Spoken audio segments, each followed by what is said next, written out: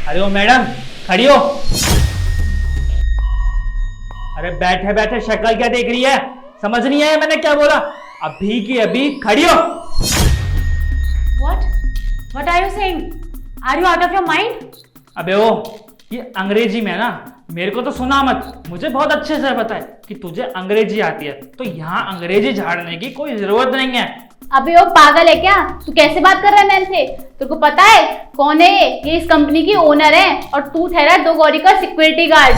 सुन, मुझे ना ज्यादा ज्ञान देने की जरूरत नहीं है और मुझे बहुत अच्छे से पता है कि ये कौन है और कौन नहीं। और तुम लोग मुझे क्या तमीज सिखाओगे? ऐसा है, मेरे ना फालतू मुंह लगने की जरूरत नहीं है और जितना बोल रहा हूँ ना उतना कान खोल के सुन लो। तुम्हारा दिमाग खराब हो गया है? ये किस तरीके से बात कर रहे हो तुम मुझसे? तुम भूल रहे हो मैं कौन हूँ? मैं इस कंपनी की बॉस हूँ और तुम मुझसे किस तरीके से बात कर रहे हो? तुम एक सिक्योरिटी गार्ड हो। हाँ, मुझे पता है कि तुम इस कंपनी के बॉस हो और मुझे ये भी पता है कि मैं तुम्हारी कंपनी में ना सिर्फ 2 कौड़ी का एक सिक्योरिटी गार्ड हूँ। लेकिन फिर भी देखो, मैं यहाँ खड़ा होके ना तुमसे इस तरीके से बात कर रहा हूँ और ये दोनों तुम्हारे चमचे, ये ना 24 घंटे बस तुम्हारी बजाते रहते हैं। देखो आज ना मेरा दिमाग खिसाई की गया। मैं बहुत दिन से ना कंट्रोल कर रहा था और मैं सोच रहा था कि मैं कोई गलत कदम नहीं उठाऊं, लेकिन देखो तुमने मुझे इतना मजबूर कर दिया कि मुझे मजबूरन ना ये सब करना पड़ रहा है। और तुम सोचती क्या हो अपने बारे में? अगर तुम बहुत ज़्यादा पैसा कमा रही हो तो तुम कुछ भी कर सकती हो। देखो तुम ना किसी और के ऊपर हुक्म चला सकती हो, लेकिन मेरे ऊपर बिल्कुल भी नहीं, समझी? यश, तुम्हें हो क्या गया है? तुम किस तरीके से बात कर रहे हो? आज तक तुमने इससे पहले तुम मुझसे कभी ऐसे बात नहीं की है। मुझे तुमसे ये उम्मीद नहीं थी। बात क्या है मुझे बताओगे? तुम ऐसे कैसे बात कर सकते हो मुझसे? मैं ऐसे ही बात करता हूँ और ऐसे ही करूँगा। पिछले जितने भी दिन से मैं यहाँ पे था और अच्छे से बात करता, वो सब तो एक एक्टिंग थी। मेरा असली रूप ना यही है, यही। और मैं ऐसे ही बात करूँगा। और मुझे कंपनी में रखना है तो रखो और नहीं रखना तो मत रखो। और वैसे भी आखिर मैं इस कंपनी में हूँ तो ये कंपनी चल रही है, और जिस दिन मैं इस कंपनी से बाहर चला गया, मैंने अपनी ड्यूटी छोड़ दी यहाँ पे, तो इस कंपनी में ना एक भी इंसान, एक भी एम्प्लॉय भटकेगा भी नहीं। तुम्हारी कंपनी ना पूरी बर्बाद हो जाएगी, तुम सड़क पे आ जाओगी, समझी? जो भी यहाँ पे कुछ है ना, सिर्फ और सिर्फ मेरी वजह से। इसीलिए ना मेरी इज्जत करना सीखो। अच्छा, तो अब हम तुम्हारी इज्जत करें और तुम क्या बोल रहे हो कि ये कंपनी जो मेरी इतनी बड़ी है ये तुम्हारी वजह से चल रही है? ये कंपनी ना मैंने अपनी मेहनत से बनाई है और तुम्हें क्या लगता है कि तुम जैसे लोग आएंगे और मेरी कंपनी को डुबा देंगे, है ना? चलो ठीक है, देखते हैं। मैं तो तुम्हें आज के आज निकाल दूंगी, फिर देखते हैं मेरी कितनी कंपनी डूबती है ना? अब चलो निकले यहाँ से। हाँ हाँ, मैं ना जा ही रहा हूँ। और वैसे भी मुझे ना कोई शौक नहीं है यहाँ काम करने का। मेरे लिए ना बहुत कंपनियां पड़ी है, मैं कहीं भी जाके आराम से जॉब कर सकता हूँ। और हाँ, तुम्हारे यहाँ से ना ज़्यादा ही सैलरी मिलेगी मुझे यहाँ पे, समझी? मैं बस तुम्हें यही बताने आया था कि आज के बाद ना मैं तुम्हारे यहाँ जॉब करने नहीं आऊँगा। बस मुझे जो बताना था मैंने बता दिया। और हाँ, मैं भी देखता हूँ कि तुम अपनी कंपनी कैसे चलाती हो। देख रहे हो सचिन तुम इसको?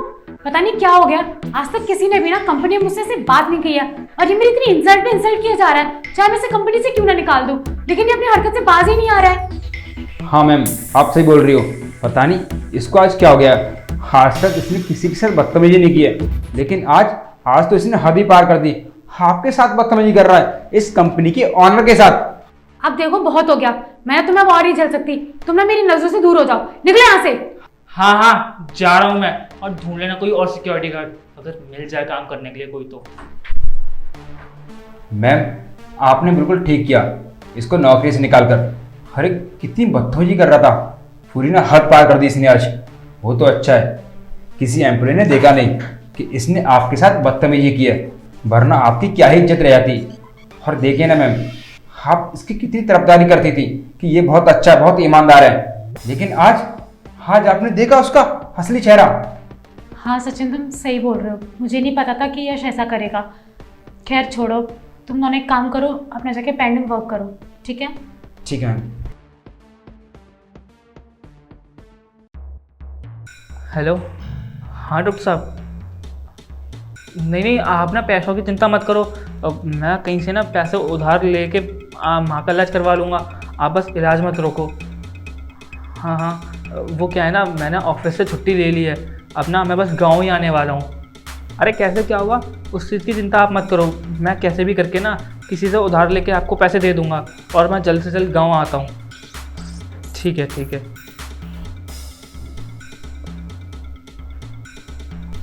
मैम, अभी जब मैं बाहर गया था ना, तो यस पता नहीं किसी से बात कर रहा था।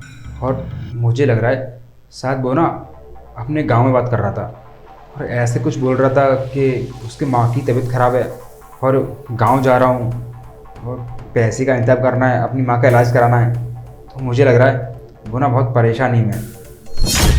मतलब मैं ठीक समझ रही थी, उसे सच में कोई बहुत बड़ी प्रॉब्लम है, इसीलिए वो शायद मुझसे ऐसे बात कर रहा था, वरना वो ऐसा कभी नहीं करता। खैर चलो, मैं ना भी उसको कॉल करके बुलाती हूँ, ठीक है? मैं उससे खुद बात करती हूँ। ठीक है। हेलो यश, तुम जल्दी मेरे कैबिन में आओ, मुझे तुमसे कुछ अर्जेंट बात करनी है। हाँ, मुझे क्यों बुलाया आप? यश, मैंने तुम्हें बुलाया क्योंकि मुझे तुमसे कुछ ज़रूरी बात करनी है। देखो यश, अगर कोई बात है तो तुम मुझे बताओ, क्योंकि मैं तुम्हें अच्छे से जानती हूँ। तुमने मुझसे आज जिस तरीके से बात किया, तुम वैसे नहीं हो। तुम सबको बहुत अच्छे से ट्रीट करते हो, सबसे अच्छे से बात करते हो। तुम मेरी ऐसी बेइज्जती कर रहे हो, मुझे इतना इंसल्ट कर रहे हो। मुझे पता है ये तुमने किसी वजह से की है। अगर कोई प्रॉब्लम है तो तुम मुझे बताओ। मुझे पता है कि पक्का कोई ना कोई बात ज़रूर है, इसी वजह से तुमने मेरे साथ बदतमीज़ी की, वरना तुम कभी नहीं करते। और अगर देखो तुम मुझे अपनी प्रॉब्लम बताओगे तो मैं शायद तुम्हारी हेल्प कर सकूं, वरना मैं पता नहीं क्या ही सोचूंगी तुम्हारे बारे में, एक अलग ही मिसअंडरस्टैंडिंग बन जाएगी। देखो यश, मैं तुम्हें बहुत पहले से जानती हूँ। तुम्हारे पिछले भी पहले के अगर रिकॉर्ड उठा के देखूंगी ना, तो तुमने किसी से भी ऐसी बदतमीजी से बात नहीं की है। इवन अगर तुमसे कोई उल्टा भी बोल जाता है ना, तो तुम उससे भी प्यार से बात करते हो। तुम काफ़ी शांत टाइप के इंसान हो, और तुमने अगर मेरे साथ ऐसी बदतमीजी की है, इसका मतलब कोई बहुत बड़ी वजह है। देखो तुम बताओ मुझे क्या बात है। हाँ, मैंने की आपसे बदतमीजी, मेरी मजबूरी थी, और वो मजबूरी पता है क्या, मेरी माँ की वजह से थी। इसलिए मुझे ना आपसे इतनी बदतमीजी करनी पड़ी। माँ की वजह से? क्यों, ऐसा क्या हुआ? ऐसा क्या हुआ? आपको पता है मैं ना यहाँ अकेले रहता हूँ, और मेरी माँ वहाँ गांव में बहुत दूर वहाँ अकेली रहती है। उनके पास ना कोई नहीं है उनकी देखभाल करने के लिए। उनके पास तो एक फ़ोन नहीं है जो मैं उनसे फ़ोन करके उनसे बातचीत कर सकूँ। मेरा ना उनसे दूर दूर तक कोई कनेक्शन नहीं है। लेकिन आपको पता है मेरी और उनकी बात कब होती है? महीने में सिर्फ 1-2 बार, वो भी किसी पड़ोसी का फ़ोन मांग लिया, कभी कुछ ऐसे कर करके तो मेरी और मेरी माँ की, हम लोगों की बात होती है। और आपको पता है आज ना उनकी इतनी ज़्यादा तबीयत खराब है कि उनको हॉस्पिटल में एडमिट होना पड़ा है। पिछले 15 दिन से ना वो हॉस्पिटल में पड़ी हुई हैं, और उनके पास उनका एक बेटा जो कि यहाँ पड़ा हुआ है, वो देखभाल करने के लिए नहीं जा पा रहा। मैडम, आपको तो बहुत अच्छे से पता होगा ना कि मैंने आपसे कितने दिन पहले बोला था कि मैडम मुझे छुट्टी दे दो, मुझे बहुत ज़रूरी काम है। ये था वो ज़रूरी काम। आपने क्या बोला कि अभी छुट्टी नहीं मिल सकती क्योंकि मेरी जगह कोई और काम करने के लिए नहीं है। मैडम, आपको पता है मैं कितनी उम्मीद से आपके पास आया था कि कोई समझे ना समझे, मेरी मैडम वो ज़रूर समझेंगी। लेकिन आपने क्या किया? आपने अपना फ़ायदा देखा। आपने एक बार भी ये नहीं सोचा कि मेरी क्या मजबूरी होगी। मैंने आज तक आपसे कभी छुट्टी की बोला है? मैडम, 2 साल से ज़्यादा हो गई आपके पास मुझे काम करते करते, और आपसे पहले मैं आपके पार्टनर के यहाँ काम करता था। वहाँ भी ना मैंने कभी एक छुट्टी फालतू की नहीं मांगी। मुझे बहुत ज़रूरी काम होता है, सिर्फ तभी मांगता हूँ। मैंने उस दिन आपसे इतनी विनती करी कि मैम मुझे छुट्टी दे दो, मुझे छुट्टी दे दो, लेकिन आपने ना मेरी एक नहीं सुनी। आप मेरी बात हमेशा टालते रहे, हमेशा। आपने एक बार भी ये नहीं सोचा कि ये अगला इंसान इतना बोल रहा है तो कोई तो वजह होगी, ये इतनी छुट्टी मांग रहा है।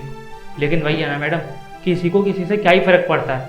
मैं सोचता था कि आप ना अपने एम्प्लॉय का बहुत अच्छे से ध्यान रखती होगी, उनको देखती होगी, उनको पूछती होगी कहीं उन्हें कोई परेशानी तो नहीं है। लेकिन मेरी सोच ना बिल्कुल गलत थी, और मुझे छुट्टी नहीं मिली ना, इसीलिए मैंने आज ये सब ड्रामा किया। मैंने कोई जानबूझ के नहीं किया, लेकिन मैडम ये सब ना मेरी मजबूरी थी। मुझे ऐसा बोलना पड़ा क्योंकि मैं चाहता था कि मैं आपको उल्टा सीधा बोलूं और आपको गुस्सा आएगा, और आप गुस्से में मुझे नौकरी से निकाल देंगे। और आपकी नौकरी से निकालने के बाद फिर मैं गाँव जाऊँगा, माँ का ख्याल रखूँगा, माँ की देखभाल करूँगा। आई एम सो सॉरी यश, मुझे बिल्कुल नहीं पता था कि तुम्हें इतनी बड़ी प्रॉब्लम है। और तुम्हारी माँ की प्रॉब्लम मैं समझ सकती हूँ, लेकिन मुझे बहुत बड़ी मिसअंडरस्टैंडिंग हो गई थी। मुझे लगा कि तुम अपनी माँ की बीमारी का बहाना देके छुट्टी मांग रहे हो, इसीलिए मैंने तुम्हें छुट्टी नहीं दी। प्लीज़ मुझे माफ़ कर दो, मुझसे बहुत बड़ी गलती हो गई। देखो तुम परेशान मत हो, मैं समझती हूँ कि माँ कितनी इंपॉर्टेंट होती है, तुम्हारा घर जाना कितना इंपॉर्टेंट है। देखो मैं समझ सकती हूँ कि तुम्हारा गांव जाना कितना इंपॉर्टेंट है। अगर ये तुम मुझे पहले बता देते तो मैं तुम्हें सीधे छुट्टी दे देती ना। देखो मुझे ये भी पता है कि तुम कितने अच्छे हो, मैं नहीं चाहती कि मेरे किसी भी एम्प्लॉय को इतनी प्रॉब्लम हो, इसलिए तुम मुझे पहले बता देते मुझे लगा कि तुम सिर्फ मुझसे बहाने मार रहे हो, इसीलिए मैंने तुम्हें छुट्टी नहीं दी। प्लीज़ मुझे माफ़ कर दो। देखो तुम परेशान मत हो, मैं ना अब तुम्हें छुट्टी दे दूंगी और तुम ना घर जाके अपनी माँ का अच्छे से इलाज करवाओ, उन्हें जो भी परेशानी है वो सब देखो। और तुम्हें अगर किसी भी चीज़ की ज़रूरत है ना तो तुम मुझे कॉल करना, मैं 24 घंटे तुम्हारे लिए अवेलेबल हूँ। तुम्हें किसी भी चीज़ की ज़रूरत होगी, पैसे से लेकर किसी भी चीज़ की, मैं हमेशा तुम्हारी हेल्प करने के लिए तैयार हूँ। मुझसे जो गलती हुई है शायद इसका मैं भरपाई ऐसे ही कर पाऊँगी। तो देखो तुम अपने घर जाओ, ठीक है, और अपनी माँ का अच्छे से ध्यान रखो। मुझसे सच में बहुत बड़ी गलती हो गई, मुझे बिल्कुल भी नहीं लगा था कि तुम्हें इतनी बड़ी प्रॉब्लम होगी। मैं सोचती रही कि तुम सिर्फ मुझसे बहाने कर रहे हो। मैम आपने बहुत गलत सोच रही हो, मैं कोई बहाना नहीं मार रहा था। और अपनी माँ बाप की बीमारियों के लिए कौन ही बहाना मारता है। मैं आपसे सच बोल रहा था, लेकिन आपको हमेशा झूठ लगा, आपको हमेशा मेरी बातें बहाने लगी, जो कि ऐसा कुछ था ही नहीं। मैडम आपने एक बार लोगों को समझ कर देखो, उनकी परेशानियाँ अपनी परेशानियाँ समझ कर देखो, लोग कितनी तकलीफ में रहते हैं। मैडम मेरी मजबूरी है काम करना, इसलिए मैं यहाँ काम कर रहा हूँ। गांव से शहर इतनी दूर आया हूँ ताकि मैं कुछ पैसे कमाऊँ, अपनी माँ की देखभाल करूँ। लेकिन हो क्या रहा है, मैंने पैसा तो कमा लिया, मेरे पास 50-60 हज़ार रुपये सेविंग तो कर ली मैंने, लेकिन ऐसी सेविंग का क्या ही फ़ायदा जब मैं उनके बुरे वक्त में उनके पास नहीं हूँ। अगर पैसों से ही सब कुछ होने लगता तो सभी रिश्ते ये तो फर्जी हैं। मैडम पैसों से ज़्यादा अहमियत ना रिश्तों को दी जाती है, और माँ और बेटे का रिश्ता ना बहुत अनमोल होता है। आप ना ऐसा भूल कर भी मत सोचना कि कोई बेटा अपने माँ या बाप की बीमारी का बहाना बनाएगा। ठीक है, देखो जो भी हुआ मैं उसके लिए तुमसे माफ़ी मांगती हूँ। और देखो तुम ना अब अपने गांव जाओ और अपनी माँ का अच्छे से ध्यान रखो, उनका अच्छे से इलाज करवाओ। और तुम इस चीज़ की बिल्कुल भी टेंशन मत लेना कि कंपनी में क्या होगा। तुम्हारे जाने के बाद तुम्हारी छुट्टी का एक भी पैसा नहीं काटूंगी मैं, और ना तुम्हारे जाने के बाद किसी और को बुलाऊंगी। अब तुम जाओ और अपनी माँ का अच्छे से ध्यान रखना, ठीक है? Thank you so much madam, आपने मेरे ऊपर इतना बड़ा एहसान किया, आपने मेरी परेशानी समझी। और मैडम मुझे ना माफ़ कर देना, मैंने आज जो भी बदतमीज़ी करी मजबूरी में आके करी, मेरा ऐसा कोई इंटेंशन नहीं था। हो सके तो प्लीज़ माफ़ करना। तुम बार बार देखो मुझसे सॉरी मत बोलो, तुमने कोई गलती नहीं की है, जो तुमने किया वो सही किया, उसी से मुझे सारी चीज़ें समझ में आएंगी। अब तुम जाओ यहाँ से अपनी माँ के पास, जाओ।